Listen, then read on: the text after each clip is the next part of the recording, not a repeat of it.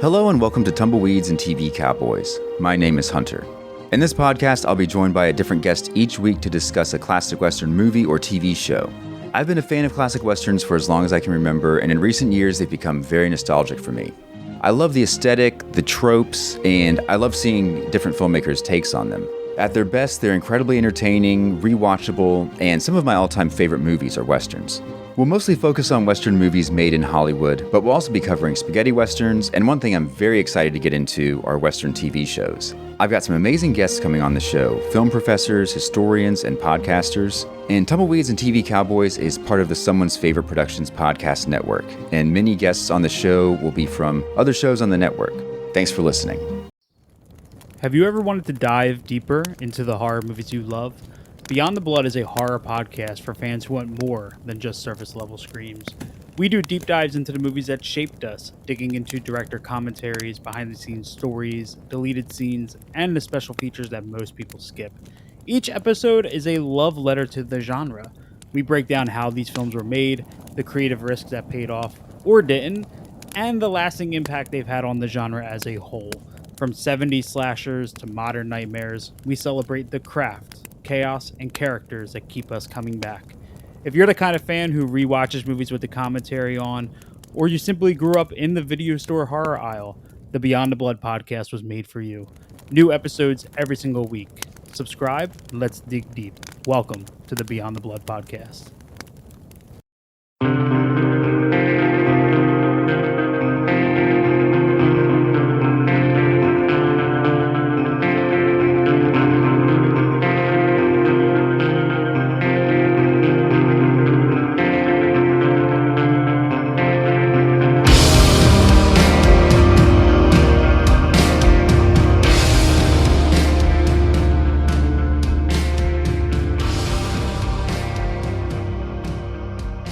Hello everyone and welcome to the Kulturecast. I'm Chris Stachiw and I am joined by the most good-looking Los Angelino that I know, Mr. Eric Kniss. To be fair, you don't know very many, so... Listen here, sir.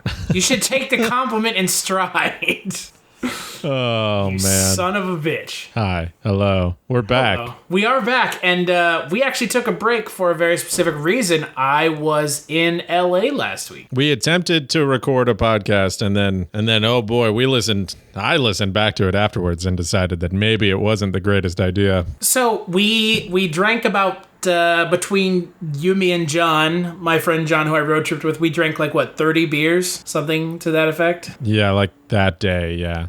Which now that I think about it, is not that many. It's only 10 beers a person, but there were margaritas also drank and weed smoked. And yeah, so that was kind of what put it over the top was when I was in Vegas visiting my other friend Mike, who I do the Tales from the Crypt podcast with. I went to a dispensary for the first time. I do smoke. This is the first time I'd ever gone somewhere where they're like, what would you like with it? Would you like an upper or a downer? Would you like more of a citrus taste? And it's just I don't know. I get shitty weed, and the shitty weed that I get gets me high. I don't fucking know what you've got here. And so I was like, yeah, give me some upper weed, because most of the weed I've ever smoked has been pretty mellow, sativa, hardcore, makes you groggy, makes you tired. And so I bought a pre-rolled blunt. It's called Durban. The strain was Durban Poison, which is a massive upper weed. It's been essentially compared to weed espresso. And so we smoked that, and I think that coupled with the fact that where you record has no air conditioning really put me over the edge that evening, to the point where you and I looked at one another after starting our live commentary on Truth or Dare, which unfortunately will never see the light of day. Yeah, there's some comedy gold in there, but not much. But you and I were essentially dying. Dying.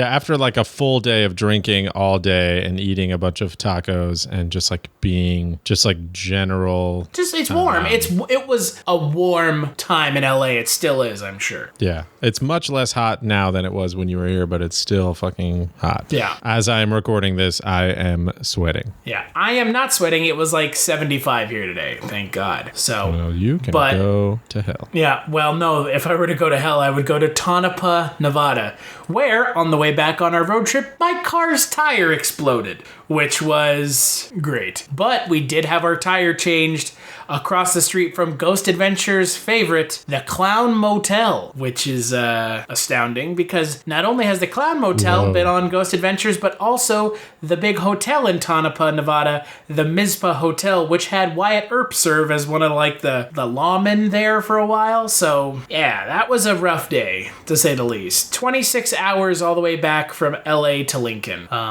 Boy. It's a lot. Yeah. It's a lot of driving. I'm glad I didn't have to do it. I made it 24 of the 26 hours before I was like, John, you gotta take over. I'm surprised that it took that long. Well, I wasn't like falling asleep at the wheel. I was becoming less coherent. I guess I can drive about 24 hours in the car is my max, it seems. Because when we drove out, we got, kind of detoured around the wildfires in Colorado, and that ended up adding a fair amount of hours to our initial drive to Las Vegas. So, but LA was cool. I think it further reinforced to me that I hate Santa Monica. No offense, Santa Monica Boulevard, but Santa Monica can suck a dick. I just don't. I don't like it. It's so touristy. It's just, like they're like if you go to Huntington or something, like at least there's a beach to go to. Like you can like walk along the beach and like get something to drink, but in like Santa Monica, it's just like everything's removed. Does that make sense? Yeah, but you hate the beach anyway. I know, but it's not that I hate going to the beach, but I have no problem like sitting and having a drink and like looking at the water. Does that make sense? It's kind of weird. Like I don't like going onto the beach, but I have no problem like having a beer and like sitting and like feeling the breeze and stuff. That's fine. I don't know. But yeah, Santa Monica, fucking Nesquik milk stop. That's a thing that somebody asked for, not you or I. Yeah, that was really weird.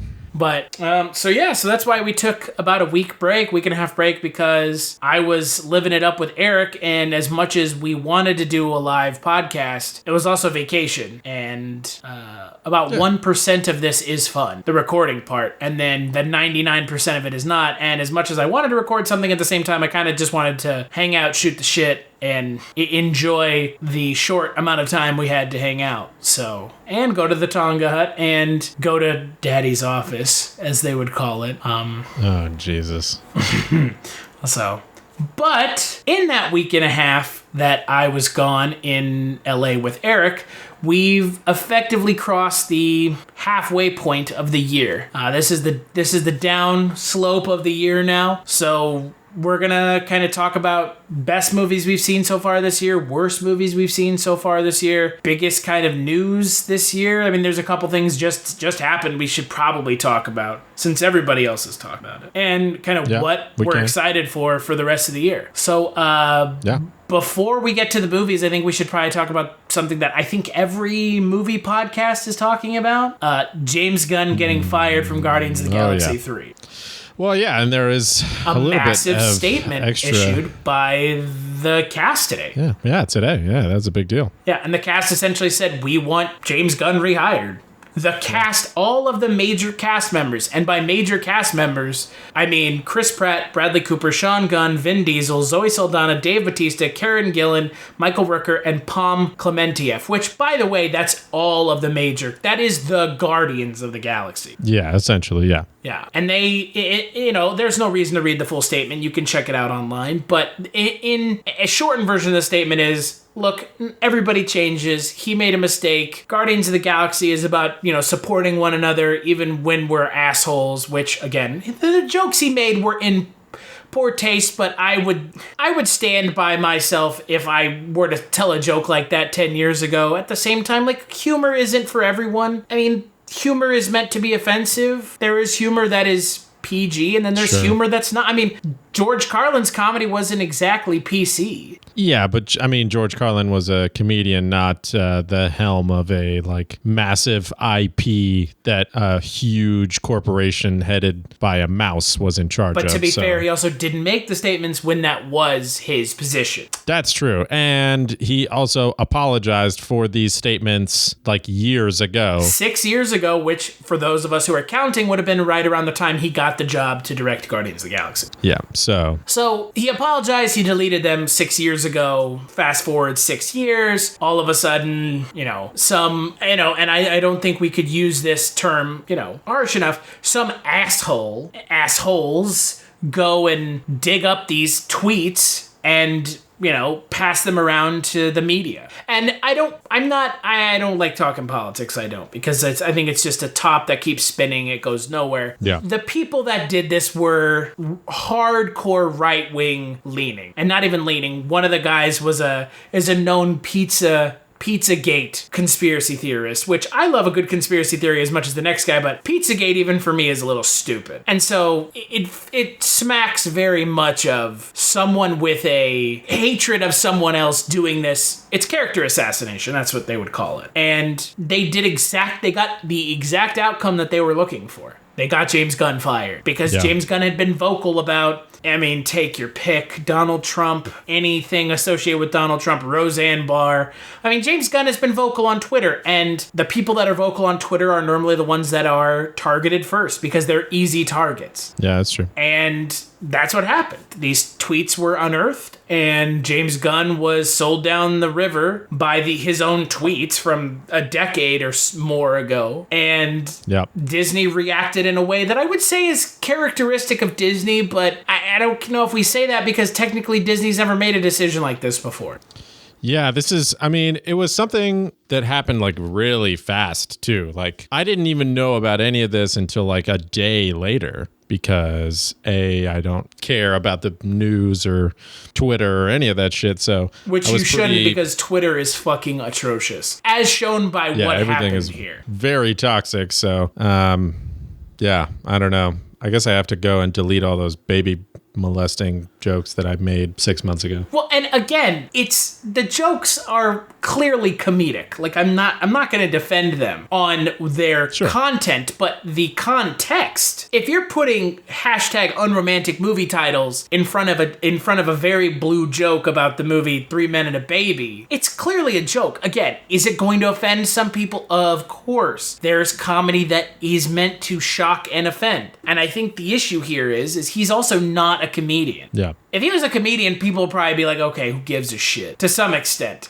And that's the other thing. Sure. Unlike what Roseanne Barr did, which was target a person specifically, a specific person by name, James Gunn just kind of, these are just kind of like, I don't know. It wasn't directed at anyone. Bad jokes, yeah. Yeah. They're just bad jokes in poor taste. That's it. And again, I'm not one to judge a joke.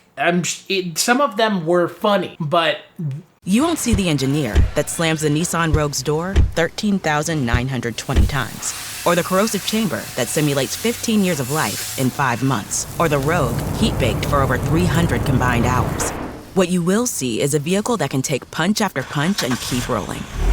Nissan, #1 in new vehicle quality among mainstream brands by J.D. Power. We put it through the worst, so you get its best.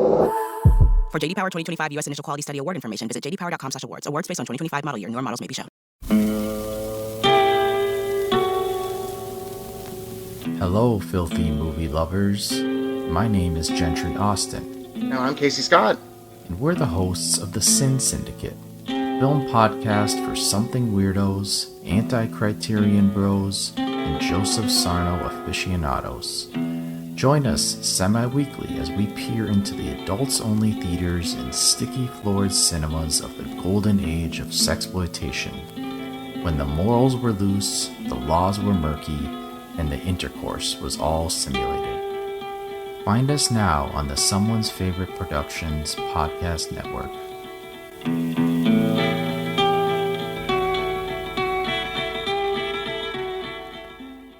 The problem is I have a pretty fucking dark sense of humor. I know you do too. I recounted some of the jokes to you, and you and I laughed about them because they are funny, but 90% of the people in the world are not going to find those jokes funny. And I guarantee you that 95% of the people that go see Guardians of the Galaxy probably don't. Which is unfortunate considering how the movies that James Gunn made are like the antithesis of Disney's. Slither, Super, those movies, if you've seen them, are super fucked up. No pun intended. Yep. That's like, Guardians of the Galaxy is a pretty watered down James Gunn that we're getting. It's a very children-friendly James Gunn. Yeah, it's more of a...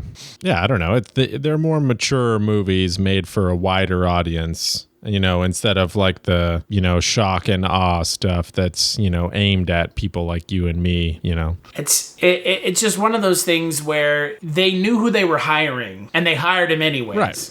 And now they're trying to have their cake and eat it too. They're trying, well, we didn't know. It's like, but you did know. These tweets aren't new. Disney knew about this stuff. Like, they knew. They knew about it, 10 years ago. They knew when they hired him or whatever. Like, and you can't tell me that Disney they don't is such vet him like they vet fucking vice presidential candidate choices at this point. Like, it's Disney. They vet everybody for everything. Yeah, I'm sure they do. I mean, this is the same company that made Song of the South, and in the Aristocats was extremely racist, and in Lady and the Tramp there were two Siamese cats that are very clearly racist. But again, Disney has changed as a company, so I don't hold that against them. Can cartoons be racist? I mean, yeah, but again, also it's also like this was made in a different time, so it's like, sure, it's like looking back and being like, well, this wasn't necessarily this hasn't aged well. Just like his jokes, his jokes haven't aged well because 10 years ago, Twitter was kind of like the Wild West. Like, you could do whatever the hell you wanted. Twitter was new 10 years ago. I remember I had a Twitter. I had a Twitter in 2008. That was when I went to college. And like, I never tweeted anything like that, but if I were trying to kind of get more into like the comedy thing or maybe try acting, like, there was nothing to say I wouldn't have done something like that. Any one of us might have. And to be fair, you and I have probably tweeted stuff that's offensive to someone because in this day and age, everyone can be offended by anything. And that I think is... I've probably tweeted offensive shit like within the last like 6 months. Like, that's my point. I don't even think about what I tweet. I just say like, I'm like, oh man, my balls itched really bad today. I need to tell the world about how bad my balls itch today. And then I just say some shit and then like, that's it. Like, I don't know, good or bad or in between or stupid or whatever. Like, that's just, it kind of is what it is. But again, I think who cares? Yeah, well, and that's the thing is there is a lot of, and this is, again, not a completely nonpartisan take. And you and I know, because we're friends outside of the podcast. So we talk about non-movie stuff. But this is kind of a societal thing. Society as a whole, and I know that, there's fucking snowflakes, everybody gets offended. Everybody does get more easily offended now. It's actually a problem to some extent. Because no one can make jokes anymore about anything. Everything is off limits and everything is offensive and everyone can get angry about anything and anyone can become an internet meme and lose their job and everything else. Yeah, that's true. And what's funny is, the term snowflake coined or more recently, sort of reappropriated by like the far right people to sort of make fun of people on the left who like get offended and stuff. These people who are using the term snowflake are just as big as snowflakes as anybody else. Like, they're getting offended by shit just as hard as anybody else does. It's not at this point, it's not a left or a right thing. It's just everybody, seemingly everybody. What it really is it's a really highly vocal minority of the population that's getting, hyper offended or is just trolling, or whatever. I mean, or in these Yahoo's case, they're character assassinating people because they can. Yeah, which is like, I don't know.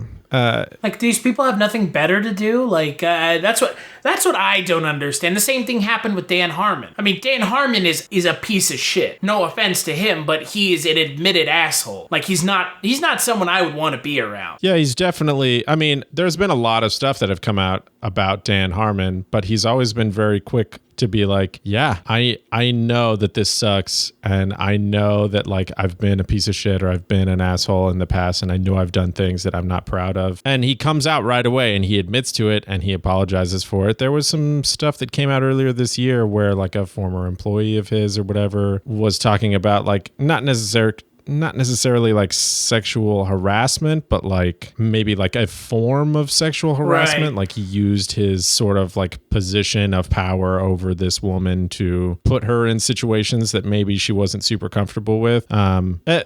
Details were sort of scarce or whatever. And then when that happened, like, he came out right away and he was like, yeah, I know exactly what she's talking about. And I was a total asshole. And like, I apologize for that shit. Like, and you see the people that outlive that are people like Dan Harmon and Aziz Ansari. But if those guys can outlive that, I don't see why James Gunn can't outlive that. Now, because Aziz Ansari and Dan Harmon were not hired by Disney, and me personally, Adult Swim is a company.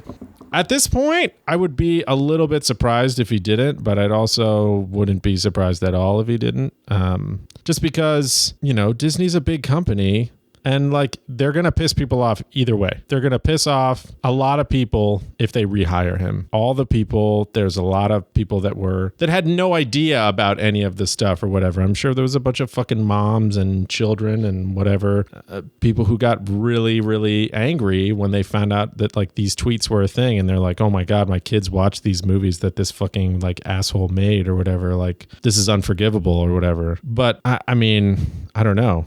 Who cares about those people? That's my whole thing is like, you're gonna piss people off. Like, if you're gonna piss people off, piss the people off who are gonna be offended no matter what. Like, I'm with you. Like, if they rehired him, there's gonna be a huge group of the population who care about this issue, which I don't know how many people actually give a shit. I barely give a shit, but just like the fact that it's like a thing that we have to even talk about or a thing that actually happens in our society is what scares me more than anything else. It sets a really terrifying precedent.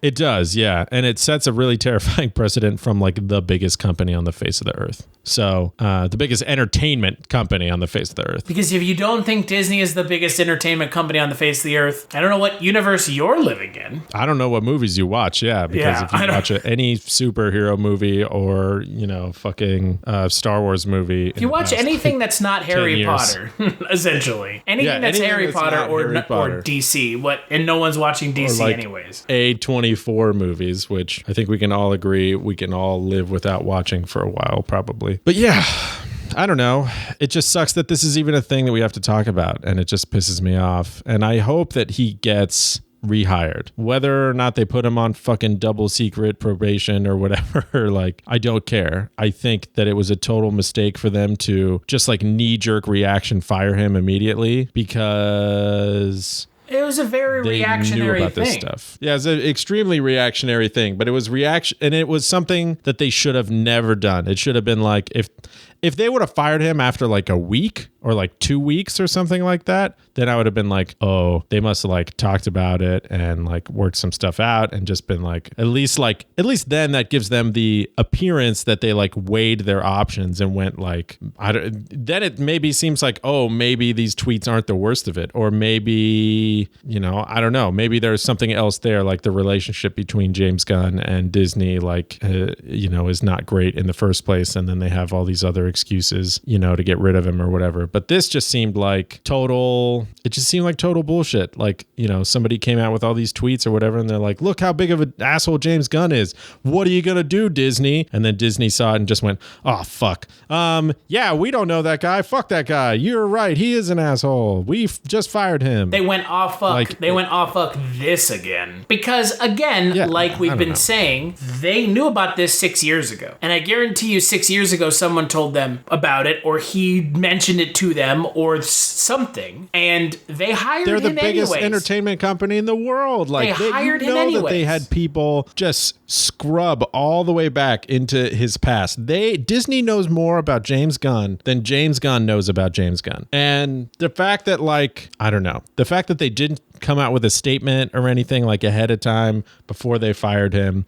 They came out with a statement when they fired him and just said that, these statements are indefensible, and not at all like in line with Disney's corporate ethics image. Yeah, some bullshit like that, which, like, okay, you can say that, but then you can also say, but he is not this person anymore. Very canned. Like, yeah, it was just like a lawyery PR statement that like somebody was like, oh shit, we got to fire James Gunn. Somebody get like a PR team on the line or whatever. We have to make a statement. And so, yeah, it's just like the most disingenuous statement and the most like cold, like we don't give a shit about anybody thing like that could have happened, which sucks. And then, of course, everybody who actually knows James Gunn, all of the people closest to him, his brother, his, friends who are filmmakers and actors and everybody has come out. And nobody is saying like, come on, guys, they were just jokes. Everybody is saying like, yeah, he made some jokes that were really bad and not funny at all. And we're not here to defend his jokes. We're just here to defend him as a person. Like,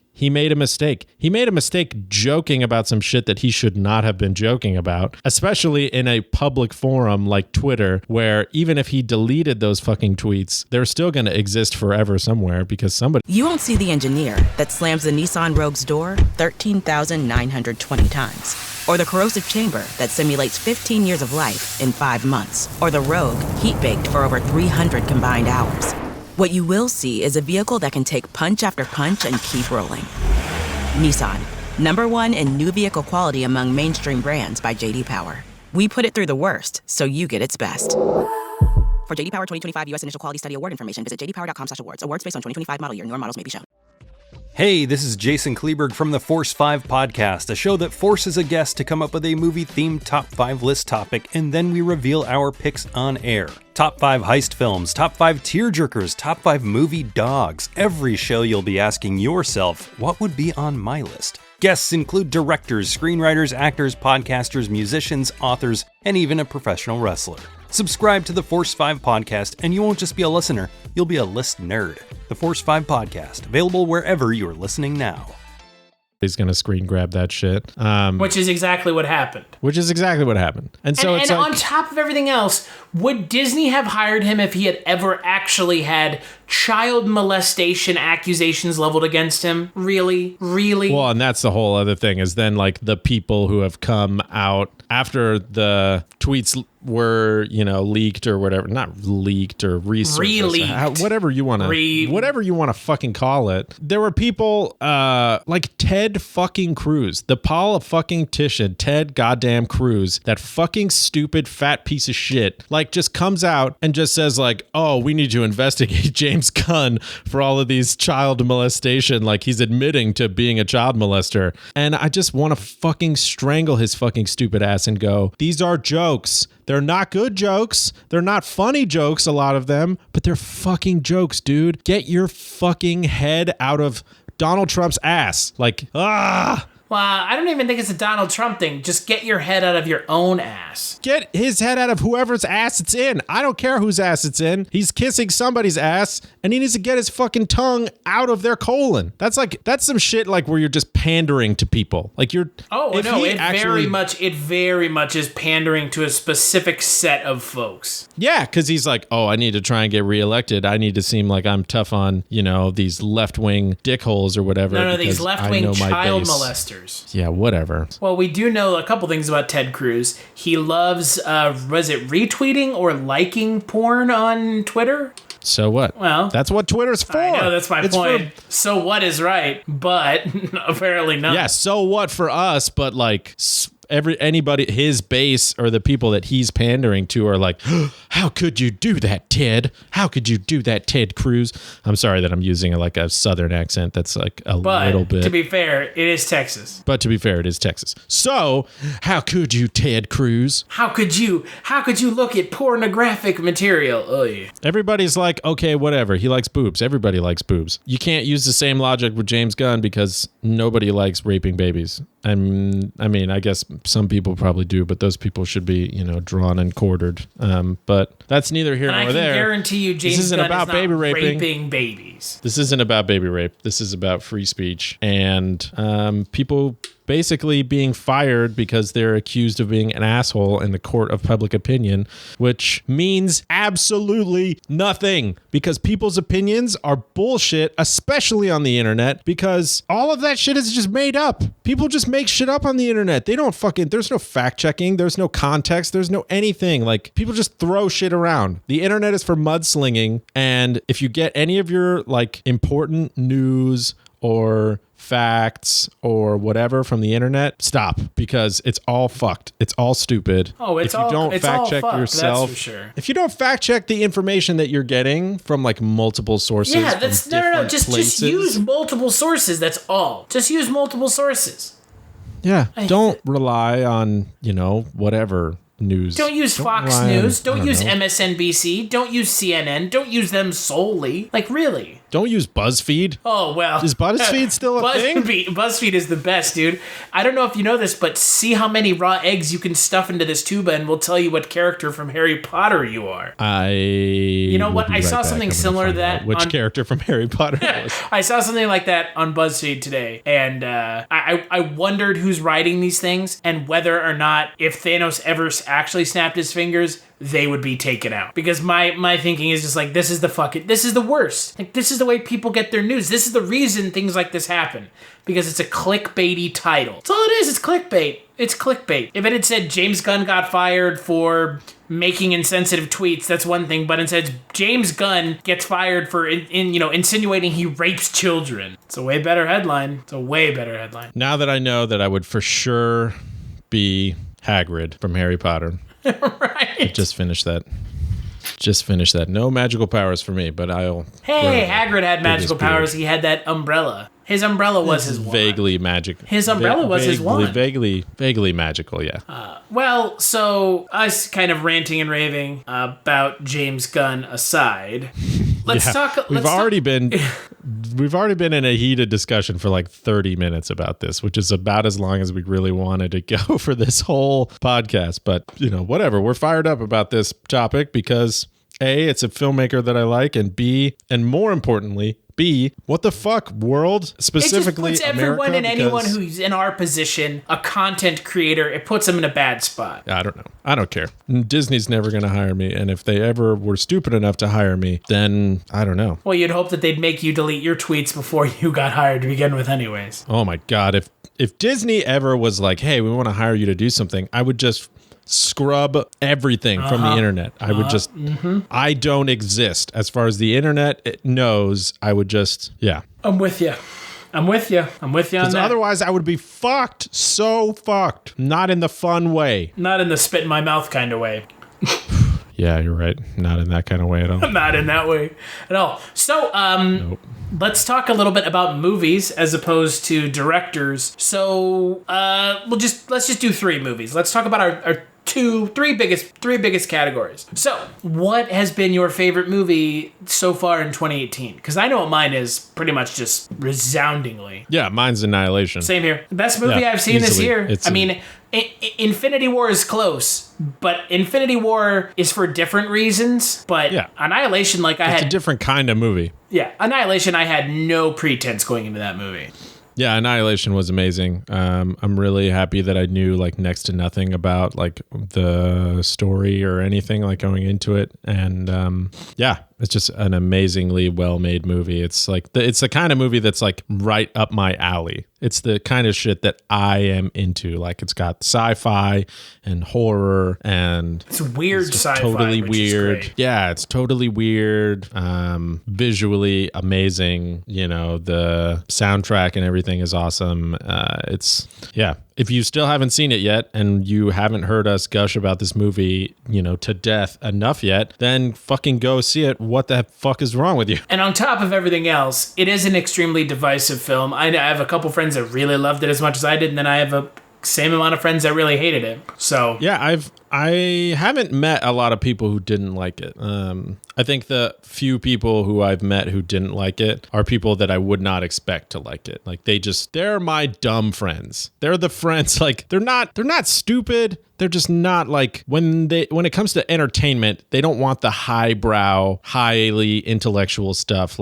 They just want to turn the brain off, watch things explode, big action sequences, funny jokes. That's the kind of stuff that they like. And I like the stuff that's challenging and weird and makes you think and makes you go, what? That's my biggest takeaway is it's a movie that's very much not a film that should have had any reason to be in theaters. Yeah, it's one of those movies where I'm really glad that it was in theaters, and I'm really glad I got to see it in theaters. But we live in a time now where those movies are so few and far between, and I think that's part of the reason why I loved it so much. Because it's really rare to see a movie like that, We've definitely equated it to Alien. We've equated it to 2001: A Space Odyssey. We've, And those were all Blade movies Runner, that were The like, Thing. yeah, these are all movies that were, I mean, besides The Thing, because The Thing, and also, I guess, Blade Runner also. No, but they were fucking trash Like- when they came out. Well, yeah, well, they weren't trash when they came out. They were the same movie when they came out, except for Blade Runner, which now has like 4. No. I'm different talking about But- no. The Thing was like Box office. critically like trash. Yeah, box office. Box office, everybody shat on a lot of those movies. Some of these movies got totally shit on, and then some of these movies got totally praised. And it's just an interesting thing about like time and place, and like if we're ready for this type of shit, you know? It's also the right audience seeing it. The longer something is out, the more of an audience gets to see it. Yeah. That's the thing with Blade Runner, right? Is like, when it came out, people were expecting one thing, got another. Leave Annihilation out there into the world and see kind of what happens. Yeah. I think it'll be looked upon positively the longer it's out. I don't see a situation where it doesn't age well. Yeah, me either. What has been your least favorite movie that we've watched this year? And I'm talking just about new movies, because we've done a lot of other movies, but I'm talking just about new movies. Yeah, least favorite new movie. I know that I hated a couple of things, like a lot, and I just can't bring myself to remember what they are. I don't know. What did you hate? What was your least favorite? Least favorite movie so far of the year is probably Red Sparrow. Oh yeah, that movie was Or no Pacific fun Rim at all. Pacific Rim Uprising, which we didn't talk about. But those two movies were. Pacific Rim Uprising is fucking bad. Like really, really bad. So stupid and so bad. But I think it has to go to Red Sparrow because that movie is just, that may be one of the worst movies I've ever seen. It's so bad. It's really boring, and then it's also like on top of that, just like an insanely like horrible downer of a movie that just makes you feel bad for watching it. So it's like not only are you bored and like kind of don't care about anything, but then it like throws it in your face by saying like, by just trying to like shock you with like sheer like brutal sexual violence that like is there for a reason that I don't know about. I mean, I guess I know why it's there, but it's like it's an unearned. It's everything about that movie that anybody is like, oh my god, but they did this, or like, they shed some light on the plight of the female in a man's, like world or whatever. I don't know. It just, none of it felt earned. And that movie just sucked. You won't see the engineer that slams the Nissan Rogue's door 13,920 times. Or the corrosive chamber that simulates 15 years of life in 5 months. Or the Rogue heat-baked for over 300 combined hours. What you will see is a vehicle that can take punch after punch and keep rolling. Nissan, #1 in new vehicle quality among mainstream brands by J.D. Power. We put it through the worst, so you get its best. For J.D. Power 2025 U.S. Initial Quality Study Award information, visit jdpower.com/awards. Awards based on 2025 model year. Newer models may be shown.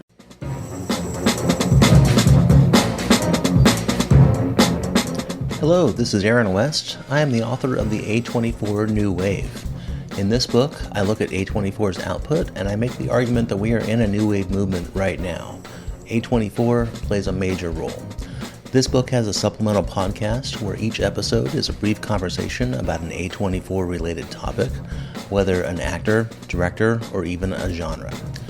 As I continue research for the book and conduct interviews, I expect to record podcast episodes with people involved with the company. You can find the podcast at cinejourneys.com or wherever you find podcasts, and we are proud to be members of the Someone's Favorite Productions podcast network. It wasn't good. But I think I'm going to have to give it to Pacific Rim Uprising. That movie was really bad, and I really didn't like it. And I think I hate it even more because I really liked the first one.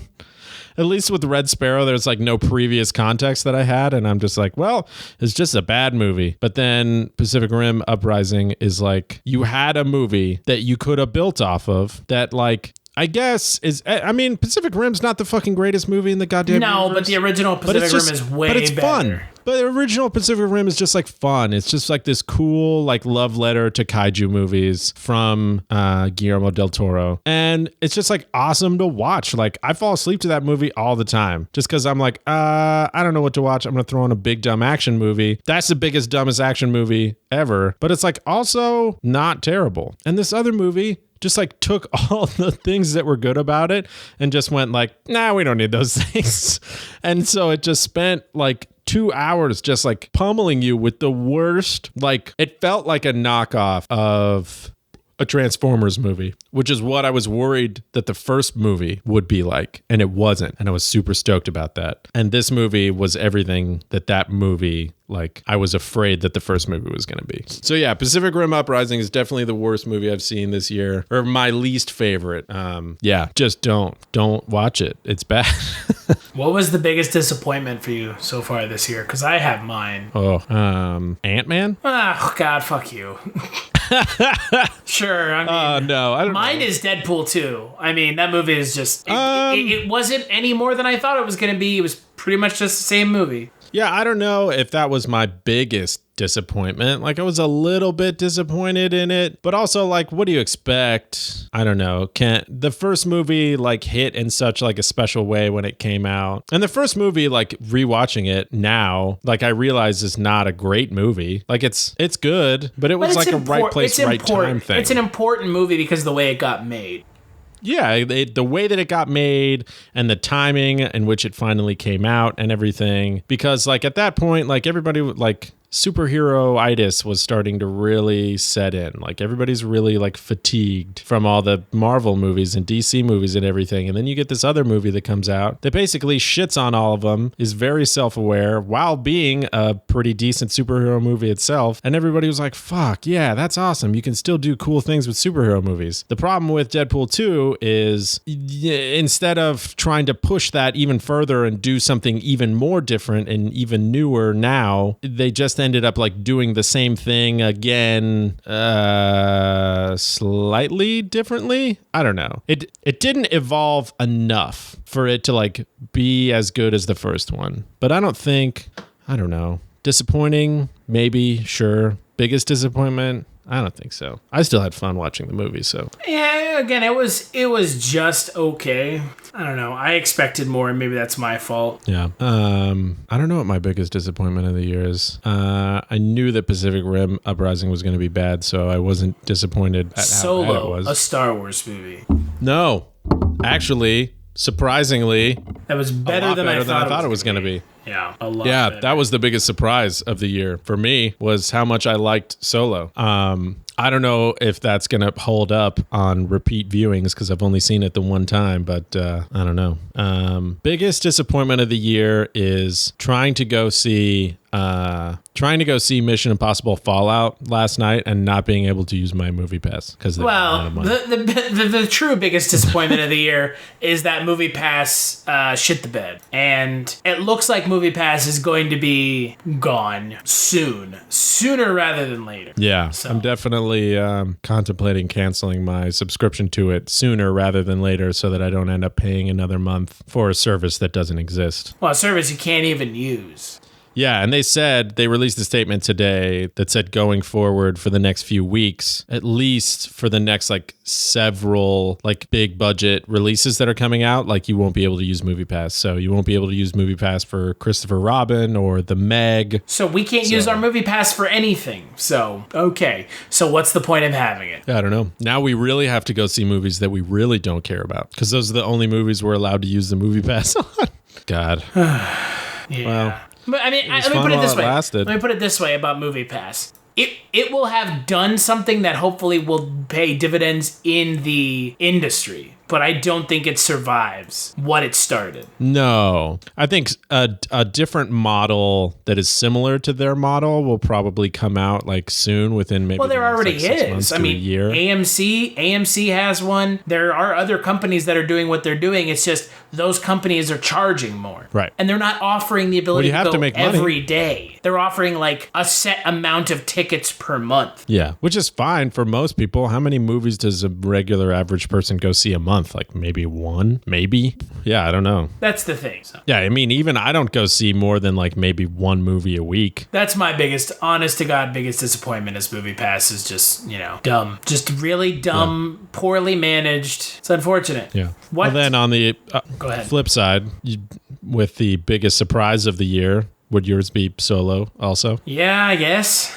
I mean, nothing really, surprised me that much. Solo, I guess? Well, I mean, just like... Solo, that it wasn't a complete and utter train wreck? Yeah, it was one of those things where you're like, man, we both talked for months about how we were not excited about this movie, about how it was going to suck. And then it wasn't bad. It was just It was It wasn't much of anything, to be perfectly honest. But it's better than it's sucking. That's true. It's true. What, looking towards the end of the year, what are you looking forward to the most? Predator. Yeah. Yeah. Predator is like the only movie that I care about right now. I'm like, yeah, Predator's gonna be awesome. Halloween and Predator. The Meg. I've been missing gigantic, stupid shark movies in my life, so I'm excited for that. I don't know. Spider-Man Into the Spider-Verse looks cool. Yeah, that does look cool. Nick Cage as Spider-Man. He's Spider-Man? He is going to be one of the Spider-Mans, yes. He is? Yeah, he's going to be playing Spider-Man Noir. Nicolas Cage? Yes, Nick Cage. Like the only Nick Cage. Yes, the singular Nick Cage will be playing Spider-Man Noir in the upcoming Spider-Man Into the Spider-Verse film. That's awesome. Yep. Oh, Mandy, whenever that comes out, that is a Nicolas Cage movie that I've been seriously needing to see since I heard about it earlier this year when it was at Sundance. What are you not looking forward to? Aquaman. Yeah, me too. Aquaman for sure. Also, really not looking forward. I don't know. I like those. The Nun looks so stupid. I like the Conjuring universe stuff, so. I don't. I hate it. Well, I mean, it's probably going to be better than Venom. Oh yeah, Venom. I'm like kind of on the fence about. Like I'm not excited, but I'm also like not excited for it either. Yeah, I don't know. Yeah, I'm trying to keep my expectations for Venom really low, so that like when I see it and it's better than I thought that it was gonna be, I'll be like, oh, tight, nice. Or it'll just be stupid because I don't know. Whatever. It's Venom. It looks really bad. You know what I'm more excited for, though, than anything, and then I'm a little bit bummed that we've already got a trailer for it, and the trailer shows a lot, is Glass. That's not necessarily this year. It's the very beginning of next year, but still. I'm hopeful. Too. Like, this is a very well put together universe so far that took 2 movies spanning nearly 20 years to, like, come together. And the fact that we're getting a 3rd movie in this sequel, like, so quickly is a little bit disconcerting, but also, like, I don't know, strike while the iron's hot, I guess. You know, get your shit out there while you can get it out there. Well, yeah, I'm hopeful. I mean, this is kind of going to be the big test for Shyamalan if he can continue making films that are worth watching as opposed to films like The Happening. Yeah, The Happening's not great. A fun drinking game movie for sure, but not a great movie. The Happening is real bad. Yeah, it's a shame to see John Leguizamo in such a shitty movie. Yeah, and almost like he's not in shitty movies, right? Never, not one. You liar. Except for that one. You liar. Fungus Among Us, dude. Trust it. Trust the fungus. Well, Eric, where can people find you when they're not listening to us talk on the Kulturecast? You cannot find me. Don't find me. There will be no baby raping jokes except for on this podcast. This is the only place that I exist on the internet now, unless you stumble across me on Tinder, in which case kindly swiped to the left. And you can follow Eric on Twitter at Tychomagnetics. You can follow me on Twitter at PapaStash22. You can follow... the first 21 of them were taken, I guess. Yeah, right? The only one that was worth taking was taken, so I gave it 22. You can follow the Kulturecast on Twitter at Kulturecast. We don't have a whole lot set up yet, but we're getting there. And as always, head on over to Kulturecast.com where you can listen to the Kulturecast. Download the Spreaker app and listen to us on there. We're also on all podcatcher apps, both iOS and Android. Other than that, make sure to check out the next Kulturecast. And big thanks as always to Eric and Wavoka and my good buddy Justin Scott for the intro outro music, and we'll catch you on the next Kulturecast.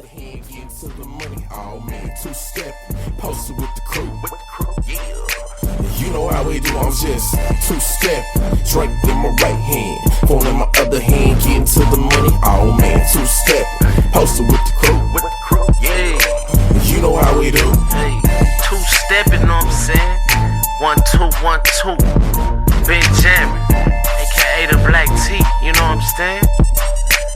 Catch me with my crew every day.